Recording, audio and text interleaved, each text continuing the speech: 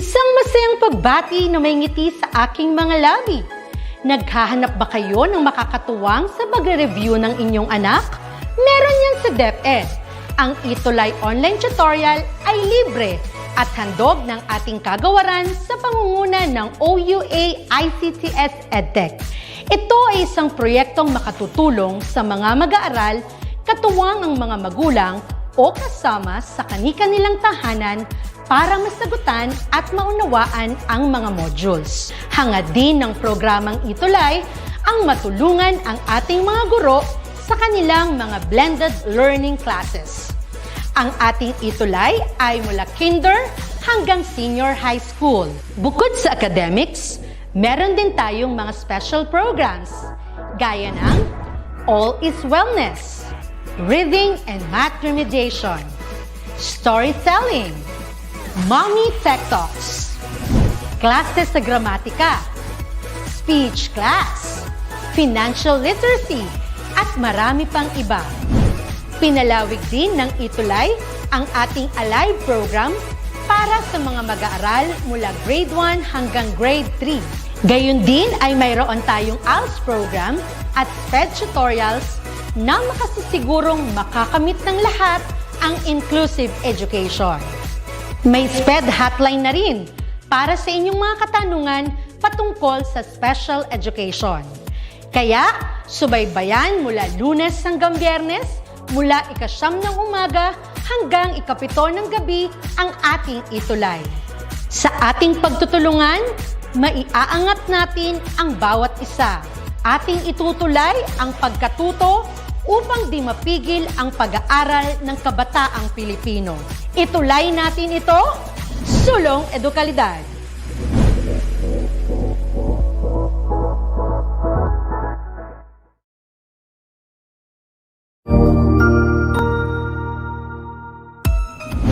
Mabuhay! Good day to all! I am your tutor Madge. Welcome to ETULay, a free online tutorial, an initiative of the Department of Education, Information and Communications Technology Service, Educational Technology Unit, ICTS EdTech. This program is aimed at helping and assisting learners from kindergarten, senior high school, ALS, Alive, and SPED learners. Aside from answering the modules, the ETULay is offering programs which you will surely look forward to. Together with our parents and teachers, the ETULay will bridge the gaps where difficulty and ease meet in learning new knowledge and skills. So, let us prepare our modules, pen and paper. Ready your mind to see and hear worthwhile and interesting lessons. Let us now study and learn, together with our volunteer online tutors. Tara na!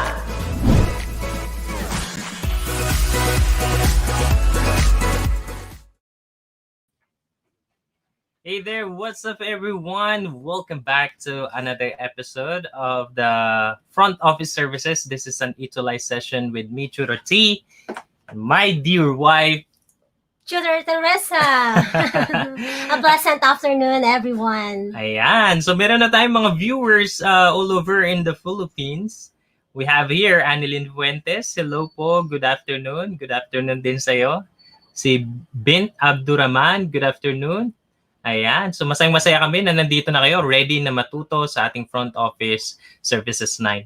By the way, we are not yet officially your tutor in Front Office Services 9 because as of right now, your tutor for Front Office Services is, I think, currently sick, trying to recover from illness, and maybe in the next, in an upcoming week, or at upcoming weeks, he will be your tutor. But in case na hindi pa siya ready, we would still accommodate you dito sa ating online tutorial for front office services. All right? So my wife actually worked in a front office way back. Kailan ba yun? 2009, Sir, or Tutor T. Yan, 2009. So makakuha tayo ng mga raw experiences kung saan magagamit nyo din sa inyong desire, if you desire to work in a front office someday. Well, anyway, pag sinabi natin kasing front office, hindi lang siya yung parang applicable lang dun sa hotel na nasa front office ka. It could be any of customer service oriented service in the future. Pwede rin sa mga flight attendants, ganun, sa booking, sa And then yung tinuturo natin na call center industry, pwede rin natin siya may apply. So there are array or wide variety of industry na pwede nating ma-apply yung mga skills na matututunan natin. Diba? Exactly right, Tutor T. Ayan. So mapapansin nyo rin may mga similarities doon sa mga lessons ng contact center services and then front office services in the first few weeks kasi ang dinidiscuss natin is more on entrepreneurial sides noong ating front office services. So this is actually week 2, but I wasn't able to edit our presentation right there. It says week 1. So we weren't able to discuss the personal entrepreneurial competencies for week 1 because last week we weren't able to, for some reason, which I will not tell you na lang, hindi kami nakapagturo ng week 1 last week. But anyway, dadaanan naman natin yan and you can visit yung contact center services para matutunan nyo pa rin yung personal entrepreneurial competencies. Ayan, so pakibati nga yung ating mga viewers. Ayan. Hello po, Ma'am Melissa de la Cruz. Also to Makaya Tarangas and Clavita Sabay Gabriel. I think Good afternoon po. She's a student. Melissa is a Melissa. tutie. All right. Well, anyway, our objectives for this session are the following. Okay, number 1, explain how different factors influence the business environment. The second is explain procedures for generating business ideas or identifying business opportunities. And lastly, generate business ideas and identify business opportunities. Ayan.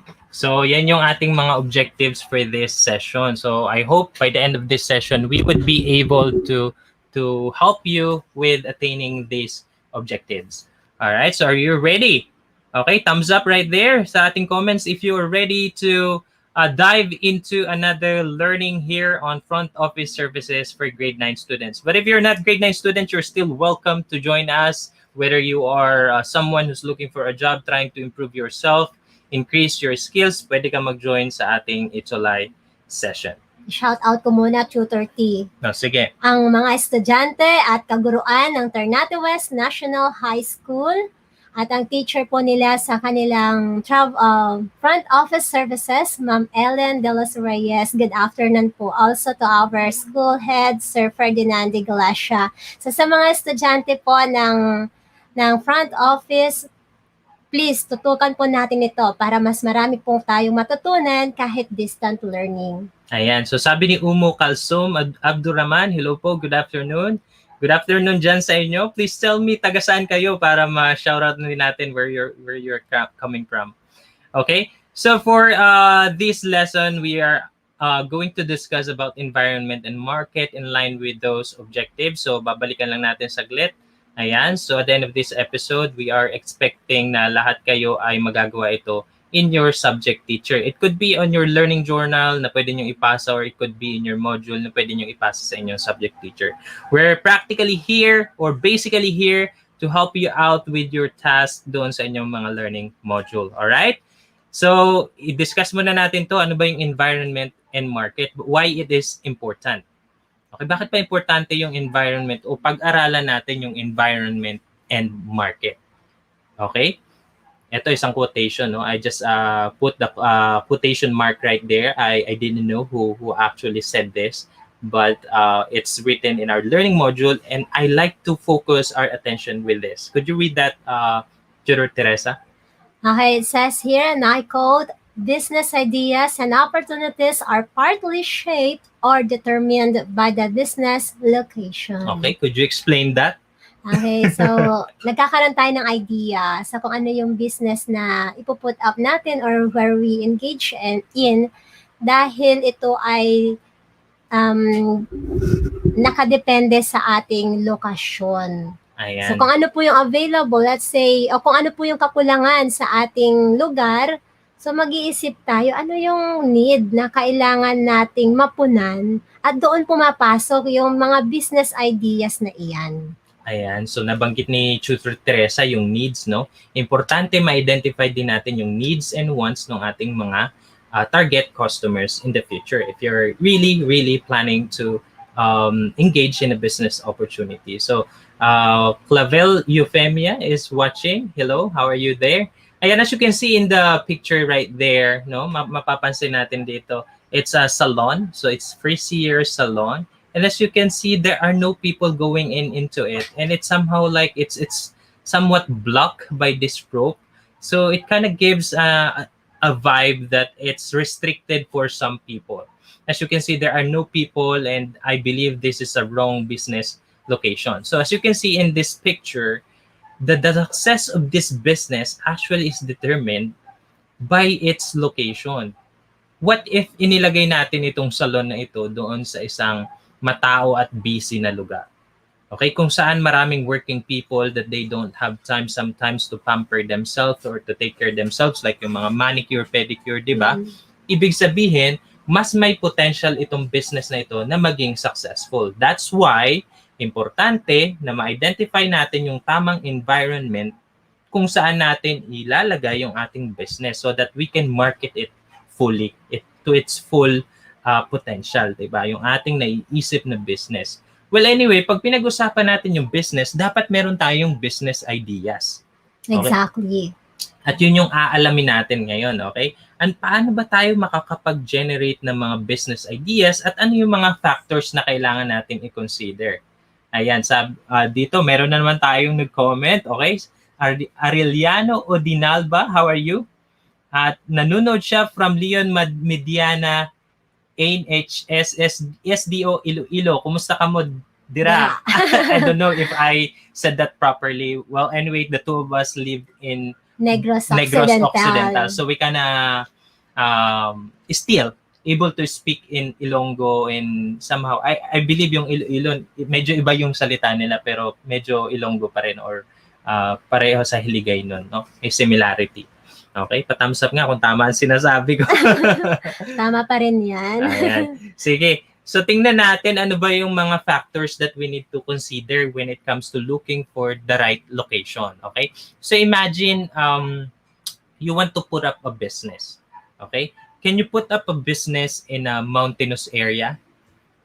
Pwede pa rin, di ba? No? Possible, Kasi, yes. I believe nung pumunta kami sa ano ba itong Sa lugar Negros? nito? Hindi sa Negros, doon sa bago mag-pandemic yung kung saan namin ginanap yung gender and development namin sa somewhere, surfing area, nakalimutan ko. But it's a very good place, no? Doon sa Baler. yung sa Baler. Baler. So pumunta kami doon sa magandang falls. Ano yun? I forgot the falls, but it's such a great falls, hindi masyadong malayo. And then along the way, no, merong negosyo doon eh. Meron kung saan pwede kang magpa-picture, pwede kang magpa-print ng picture, tapos pwede kang bumili ng mga souvenirs, no? So it really depends anong uri ng business yung gagawin mo, no? So it could be in that location, mountainous area, especially if there are traffic of people, or what I mean is kung may tao bang pumupunta doon sa lugar na yun. So importante yan. So these are the things that we need to consider. So tangible factors, land area, Economic zones, physical layout, and barriers. So pag sinabing economic zones, no, ito ba, like for example dito sa Cavite, taga Cavite kasi kami ni Tutor Teresa. At dito sa Cavite may tinatawag dito na Cavite Economic Zone Authority. So pag sinabing economic zone, ito ba ay sentro ng ekonomiya ng isang lugar. So pag sinabing sentro ng ekonomiya, maraming trabaho dyan, maraming tao na pumupunta dyan, at maraming business opportunity dyan kung economic zone siya. But it depends pa rin. May mga economic zone na hindi pwedeng i-apply yung particular na business na naisip natin. Let's say, pwede ba tayong magtayo ng amusement park sa economic zone? Pangbata, for kids? Diba? So, kailangan pa rin nating itutugma kung ano yung business na ilalagay natin doon. So, ano ba yung mga magagandang business, for example, sa economic zone dito sa Cavite? Kainan at boarding house. O, kainan at boarding house, di ba? So, pero kailangan na malaking puhunan pag boarding house. No? Pero yung kainan, actually, we can pack those food, pwede natin dalhin doon. Mga food courts, diba? ganun. Oo. So, yun. So, economic zone, physical layouts, na banggit ni Ma'am, ni Tutor Tere. Tapos, yung intangible factors naman that affects yung ating business location is yung Number 1, it's the culture. Culture. Ano ba yung culture? Kultura, yung kanilang mga paniniwala, yung Mhm. kanilang mga kinagawian, kung ano ba yung kanilang mga practices sa lugar na iyon. We have to learn first their culture. Kasi minsan, baka nakakapag-put up tayo ng business na offensive pala sa kanilang mga paniniwala. Okay, so magbibigay tayo ng example in respect to our brothers and sisters who are Muslim. No, we shouldn't put up a business like, for example, pig business or piggery farm. O Yes. kaya magbibenta tayo doon ng mga pagkain na hindi nila kinakain, yung hindi halal approved. Haram. Oo. Oo. So yun, merong mga ganong consideration sa pagpuput up ng negosyo. Titingnan natin yung bang environment na pagtatayunan. Does our business respect the culture that is existent or existing doon sa lugar na yun, or yung live up doon sa lugar na yun? Okay? Next is yung industry trends.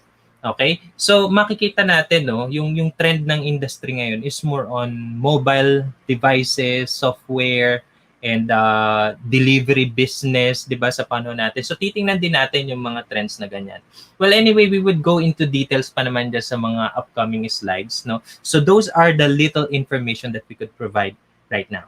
All right? So next is Economic and government activity, correct po, or political situation. ayan, no, pasensya dun sa typo ni Sir, no, ni Tutor T. So Tutor T nag-type niyan. So ito letter A yan, ha, hindi yan CCTV. CCTVT. It's activity. Okay, I'm sorry, no. Ayan, so pakitama na lang sa inyong mga isipan. Isipin nyo, letter A yon. It's government Activity or political situation. All right. So there are some areas, for example, no, a lot of vessels, yung mga barge, no, napanood ko to sa isang documentary. Yung mga barge actually, a lot of these barge or these vessels, ship or mga barko ba, ay madalas nilang inirerehistro sa Panama. And that is because of certain government regulation there. Okay? At kung tatanungin naman natin, bakit yung mga taga-ibang bansa ay pumupunta dito sa Pilipinas?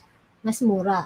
Mas mura ang patrabaho at syempre mas conducive yung government regulation doon sa particular na negosyo na ini-introduce ng ating mga foreign counterparts, no, ng mga entrepreneurs. All right? Okay. So, pag-aralan natin ngayon, business environment and business ideas. So, these are the things that we need to consider pa rin in line with our business ideas together with yung na-discuss natin kanina, yung factors, no?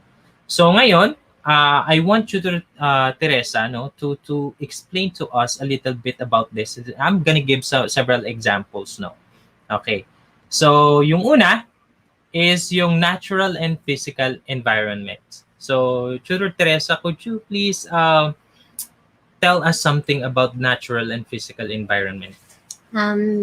We have to consider on this factor or in this idea, the conditions, the facilities, ano ba yung mga barriers or magiging hadlang. So the key word here is you have to think or bear in mind when scanning the physical environment, the visibility of your intended store potential clients, something like that. So sino ba yung mga naiisip natin na pwedeng maging clients natin? Another is, meron pa ba? Yun, isipin natin, no, kapag magpuput up tayo ng business, ito bang negosyo ko, yung physical environment pa nito, ito ba ay visible? It can attract easily yung the mga clients, yung mga customer. the prospect Makikita ba clients. siya? Okay? Halimbawa, magtatayo ka ng isang, let's say, kainan malapit sa power plant grid. Imagine mo yun. Tapos ang lalaki nung high-rising structure, di ba? Na hindi ka mapapansin. And the fact na power plant siya, may mga nuclear reaction dyan. So, possible, walang mag-a-avail ng service mo, nung food business mo. Let's say, ganun yung kaso, no?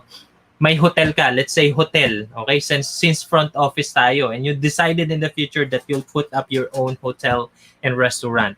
And imagine if you put that up in such a place, di ba?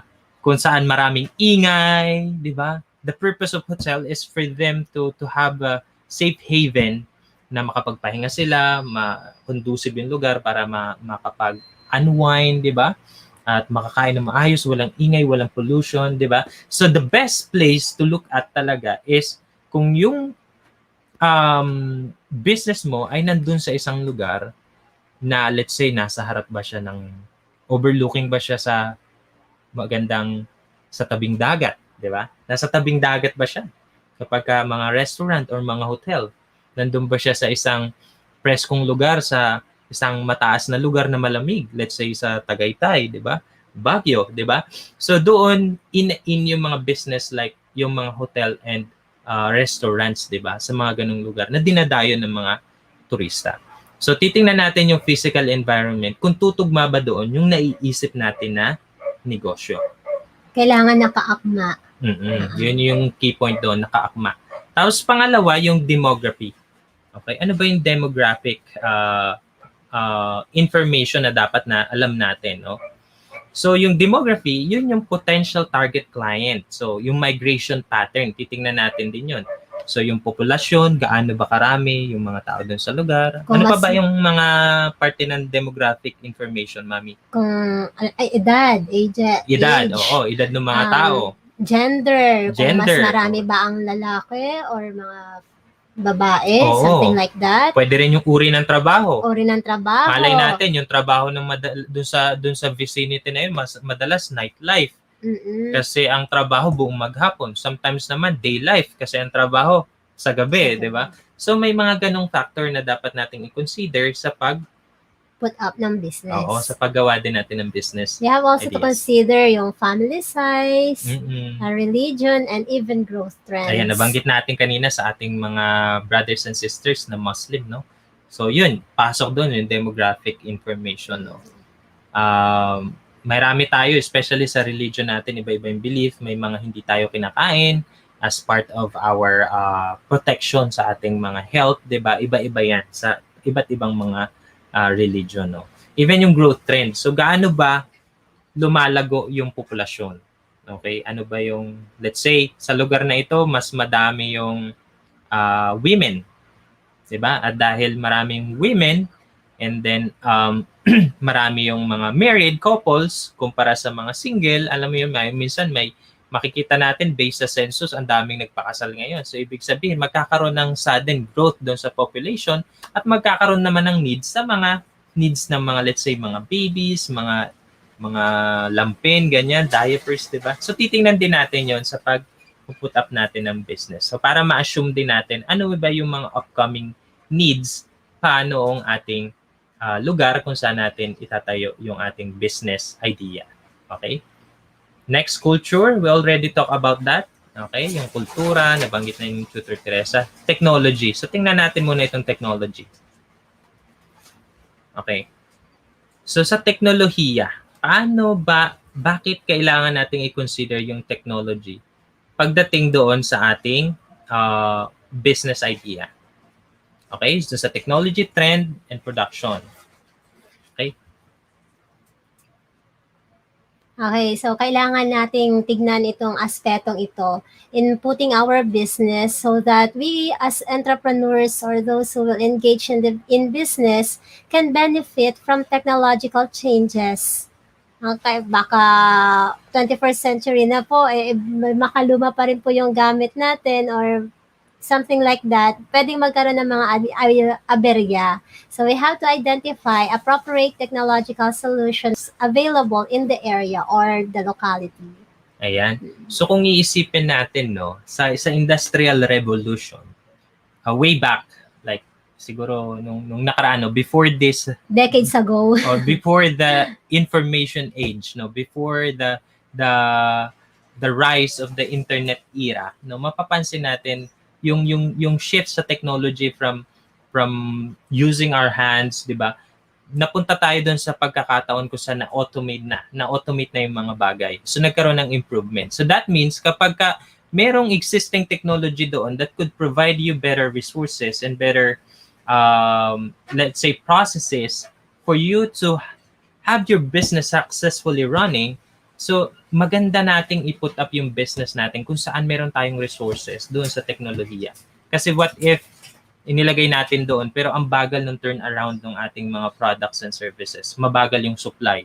Let's say malayo siya sa sa pinagkukunan mo ng supply at wala kang technology to send those up faster, di ba? Sa lugar mo or to get those resources faster. Let's say kinukuha mo siya, yung pinsan ko ang business niya, kumukuha siya ng mga walis tambo sa Mindoro, no? So kung makikita natin yung business niya is nag-exist dito sa Cavite pero yung resource niya ay nanggagaling sa Mindoro. So sometimes, do kumikita siya, there are several times that may kailangan dito sa lugar and because wala dito yung resources and yung wala siya yung technology na magagamit niya dito, 'di ba? Nandoon yung mga gamit niya, let's say yung mga bulaklak ng tambo and then yung mga gamit nila nandoon para mag-mass supply noon. Tapos dito sa Cavite wala 'yon. So ang tendency may pagkakataon na hindi na siya makapag-supply doon sa kanyang mga customers, 'di ba? Ayan. So, YouTube learner, good afternoon. Ayan. So, wala yung name niya. Good afternoon din sa'yo. Okay? So, economy. So, national and international competitors. So sa small-scale entrepreneurs, dapat matutunan din natin pag-aralan yung mga economic indicators. Ang dahilan naman na yan is para ma-identify natin ano yung mga needs in the future. Oo. We can study ano yung mga business forecast at kung ano ba yung mga supplies and materials. Ano, kailan tayo magbubukas? We have to consider also that, no, baka peak season or off-peak season, mga ganon. Lalo na sa hotel industry, may mga peak season and off-peak season po. Nagbabago rin yung mga prices. Yan. So, tingnan po natin yan sa pag-put up ng business. We have to consider yung mga price din. When to open a store or introduce new products based on consumer spending or when to hire employees, things like that. Oo. So, isa sa mga indicators, no, hindi isa, sa mga indicators na kailangan nating tingnan, no, yung gross domestic product. So, makikita natin na kapag maganda yung ekonomiya ng isang bansa, mayroong increase doon sa gross domestic product. Okay? So, indicators din yan. Even yung mga foreign businesses would like to expand their business and to extend their business into or to our country, tinitingnan din nila how we are performing economically. Okay? Tinitingnan nila yung unemployment rate because they could be the solution for that. So, let's say may unemployment doon, and they have this business that could provide a lot of jobs, diba? Not just you are benefiting from hiring people in the Philippines, but also they are the Filipino people are benefiting from that business. So may mga consideration when it comes to the economy of a particular country. Okay? So ganun din, titingnan natin yung tinatawag na government regulation. No? We already talked about that kanina. Shout out muna tayo, Tutor T, to Nathan Matthew Galieno, watching from Benitez Elementary School. Marilyn Almeida, watching from Rimos Elementary School, Luna 1 District, Division of La Union. Marisa Baclayon, watching from KCPES, Kidapawan City Division. YouTube learner. Rayhan C, watching and listening from Echage West District, Doña Magdalena H. Gufod High School. Ano yan? Mark CJ Aperture. It's hard to read sometimes, no? Okay. Well, anyway. So, good afternoon po sa inyong lahat. Welcome to this session of Front Office. Ayan. So, punta na tayo, no? Siguro mag-focus tayo doon sa mga business related to front office muna. Para magkaroon tayo ng context, no? Since we're talking about front office services. So, pagdating sa idea generation, no? The first step in identifying a good business opportunity is to look for many opportunities. So, ibig sabihin, para malaman mo yung best business opportunity, kailangan makita mo yung mga business opportunities. Yeah, I remember Tutor T way back few years ago. nung bago pa magkaroon ng senior high school, yung mga technical vocational courses. Mhm. And then, para masabayan yung wave ng mga TVL subjects, doon din nagkaroon ng maraming mga assessment centers. Mhm. Naalala mo? Ayun. So, nagkaroon ng mga assessment centers.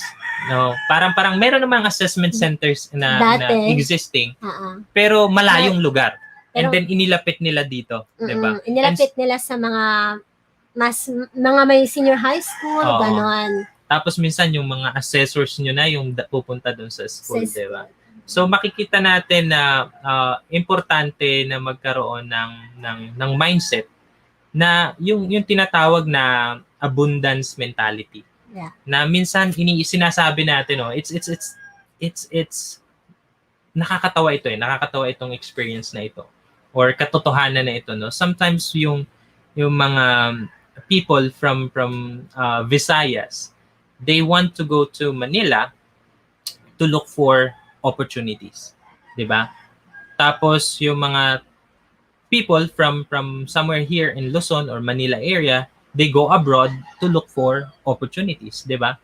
Pero yung mga tao from abroad Bumabalik din. go here in the Philippines, the foreigners go here in the Philippines for opportunities. So what that says is yung opportunities is nasa lugar yan, nandyan yan, existing yan. Sometimes we just have to have a keen eye, matalas na mata, and isipan para ma-identify yung mga business opportunities na yun. At kapag na-identify natin yung business opportunities na yun, syempre, kailangan natin na ma-sift o masala alin ba yung best na business opportunity doon sa mga business opportunities na yun. Pipili ka lang ng isa, no? Parang sa love life, 'di ba? Pag binata ka pa, o pag dalaga ka pa, okay lang mag-accept ng maraming manliligaw o manligaw ng iba't ibang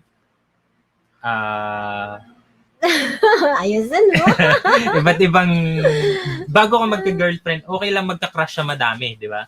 Pero pagka gusto mo na mag-settle down, pipili ka lang talaga ng isa na makakasama mo sa buong buhay mo. So same thing sa business, no. You have to look for those potentials na pwede mong i-assume na negosyo or needs doon na pwede mong assume na yun yung i-fulfill mo.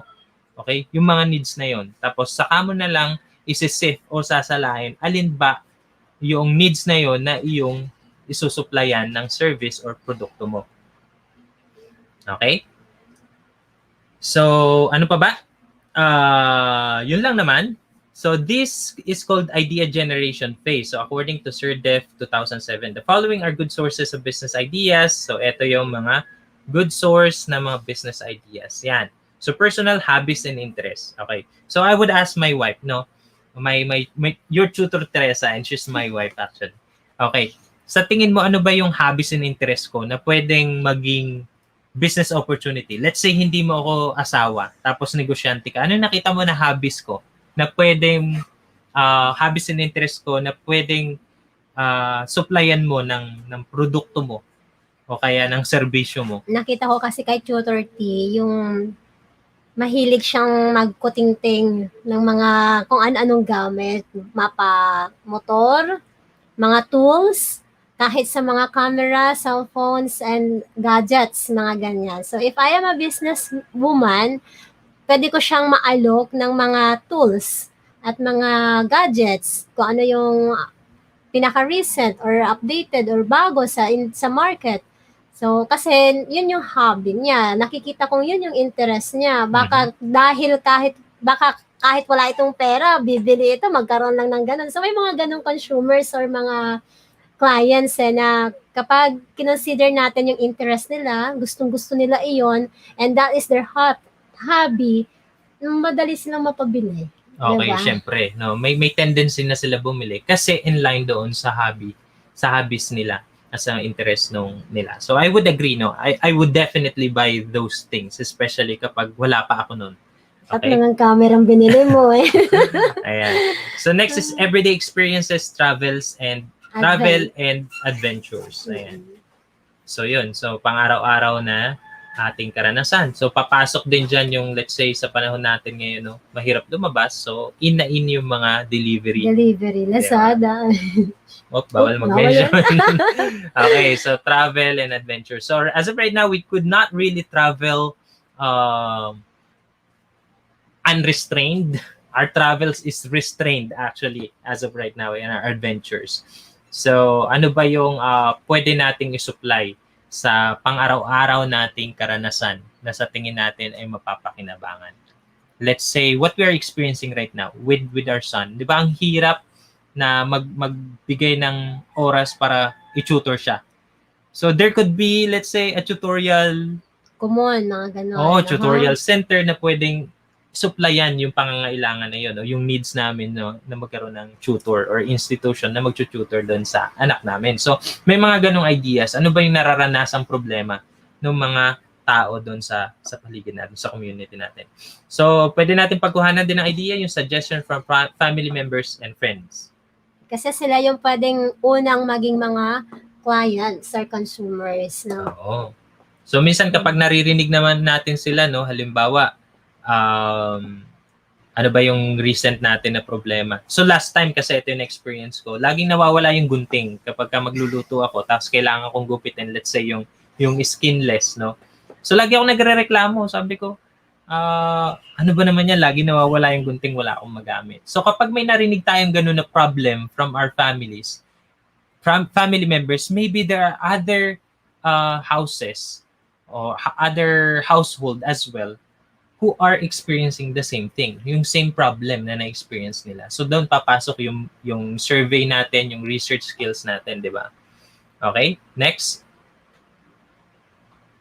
Problems that need solutions. Naisipin natin, ano ba yung need? Ano ba yung kakulangan? Ano ba yung kailangan? Ano ba yung problema wherein we can give something? Mm-hmm. Another is our problems with existing products. So, pwede namang existing yung products, pero ano yung problema na na-encounter nila dun sa or product na yun? Or defective yung product, may Oo. mga ganon. O may pwede nating i-innovate para mas maging okay yung product. I remember sa mga fast food chains back then nung wala pa yung pandemic, da-dine-in ka o kaya mag-take out ka, pwede yon.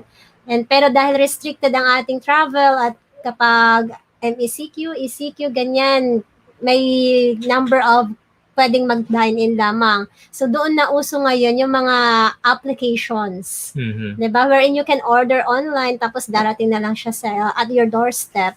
Magbabayad ka na lang yon. Mm-hmm.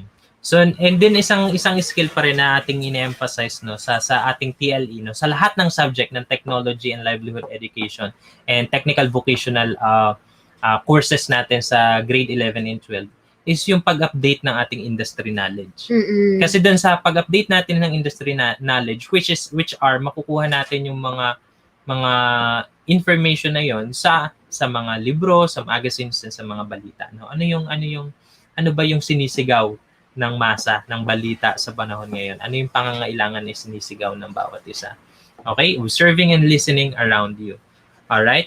So, what we would like you to do actually is to be able to come up with business ideas and then screen them. Okay? Ano ba yung pwede nyong gawin to screen those business ideas? So, yun. Papasok dyan yung personality and personal preference. Ito na yung kayo. Okay? Nandyan yung business opportunities, business ideas, ang dami. Ngayon, itutugman nyo siya doon sa personality and preference mo. Okay? Let's say, ang pangangailangan, walang salon doon sa isang lugar na yon, walang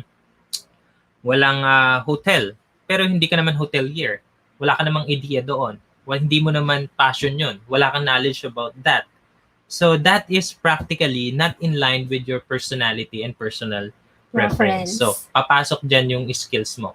So education, skills, and experience, and then working experience and support from families and friends. Okay? Kailangan natin yan. So, personal preference, tugma ka ba doon sa business idea na yon? Okay? Next is characteristic of a good business. Okay, we have to consider under this statement or characteristics of a good business are the following: demand for product, availability of skills, raw materials, technology, and capital, and profitability. So kung yung naiisip ba natin na business ay meron tayong maraming magiging customers or magde-demand sa product na iyon, then we should probably go for it, no? Oo. Kasi importante na malaman natin yung demand muna. Kung papatok ba siya sa masa o sa mga tao. Okay, because the real purpose why we put up a business is to have profit, no? Para kumita doon. So, no matter how good we are at a particular thing or solving particular needs or problems sa ating community, kung yun namang problema na yun ay meron silang alternative solution that they would rather pursue kaysa doon sa naisip mo na may provide mo na business, di ba? So, titingnan din natin yung suitability ng business na naisip mo doon sa lugar.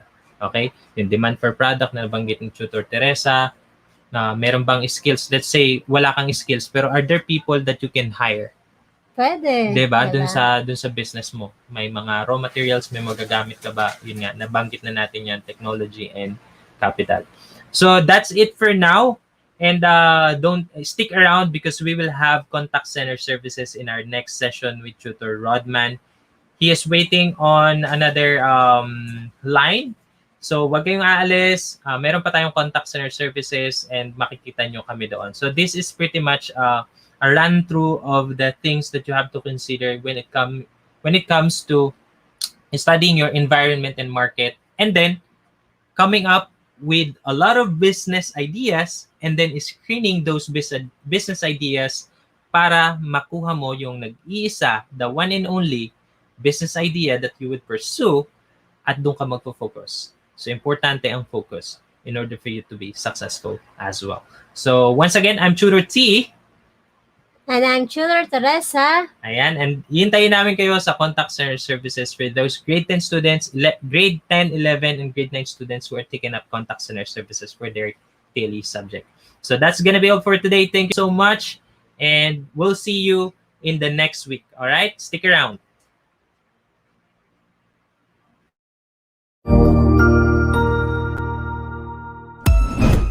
Ang husay naman! Natapos mo ang iyong tutorial session kasama ang iyong mahusay na ETULay tutor. May bago ka bang natutuhan? I-share na yan gamit ang hashtag #ETULayLevelUp.